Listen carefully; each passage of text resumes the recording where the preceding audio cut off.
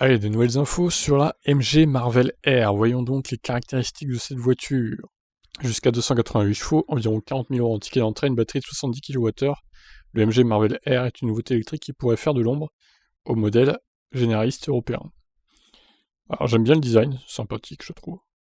Donc je vous passe l'intro concernant les marques chinoises qui nous envahissent de plus en plus. Aujourd'hui c'est MG qui annonce l'arrivée d'un troisième modèle, après l'électrique ZS et l'hybride rechargeable, IHS. Voilà un SUV compact de segment C électrique baptisé Marvel R. Long de 4,67 m, 23 cm de plus qu'une 3008 quand même.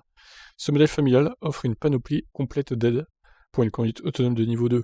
Un grand écran tactile central de 19,4 pouces, la navigation avec alerte trafic Android Auto, Apple CarPlay, mais aussi la musique Amazon Prime, ou encore l'hotspot Wi-Fi. La liste est non exhaustive, vous l'aurez compris, ce Marvel R est ultra équipé.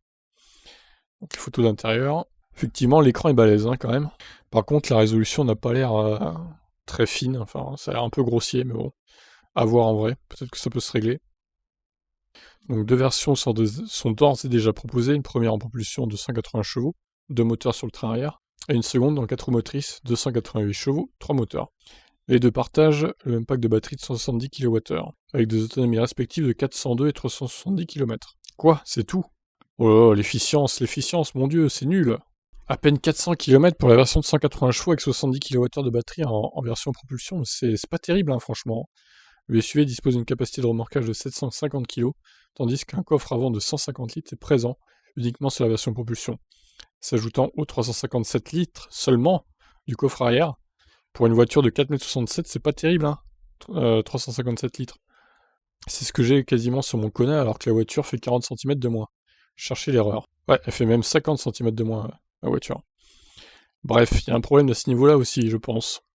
Ce Marvel R embarque par ailleurs un chargeur de 11 kW, mais la marque sino-britannique ne précise pas la puissance maximale de recharge en courant continu. Elle se contente de préciser que le plein à 80% prend environ 40 minutes. 40 minutes pour reprendre environ 56 kWh du coup. Si on compte 80% 70 kWh, je sais pas, à vue de nez, ça fait 80 kW de puissance, je dirais. En tout cas, ça fait pas 100, ça c'est sûr. En revanche, sachez que ce Marvel R est doté de la technologie V2L, ce qui lui permet d'alimenter des éléments extérieurs, appareils portables, et même autres véhicules électriques. Alors ça c'est pas mal effectivement, mais bon, je trouve qu'il y a des caractéristiques qui sont quand même pas terribles. Les tarifs seront compris entre 40 et 50 000 € en France, lors de l'ouverture très prochaine des précommandes. Alors 40 000 hors bonus, je dirais, je pense, pour la version propulsion. Peut-être 42, 43. Tu enlèves 6 000 de bonus, donc ça fait 36, 37 bonus déduits. Et la version donc à 50 000 € qui serait la trimotor avec 4 roues motrices. Plus de 50 000, ouais, t'enlèves que 3 000 quoi.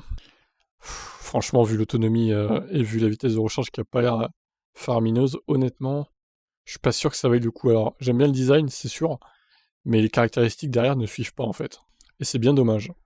Bon, bah je vous laisse réagir concernant ce MG Marvel R. Qu'est-ce que vous en pensez, vous?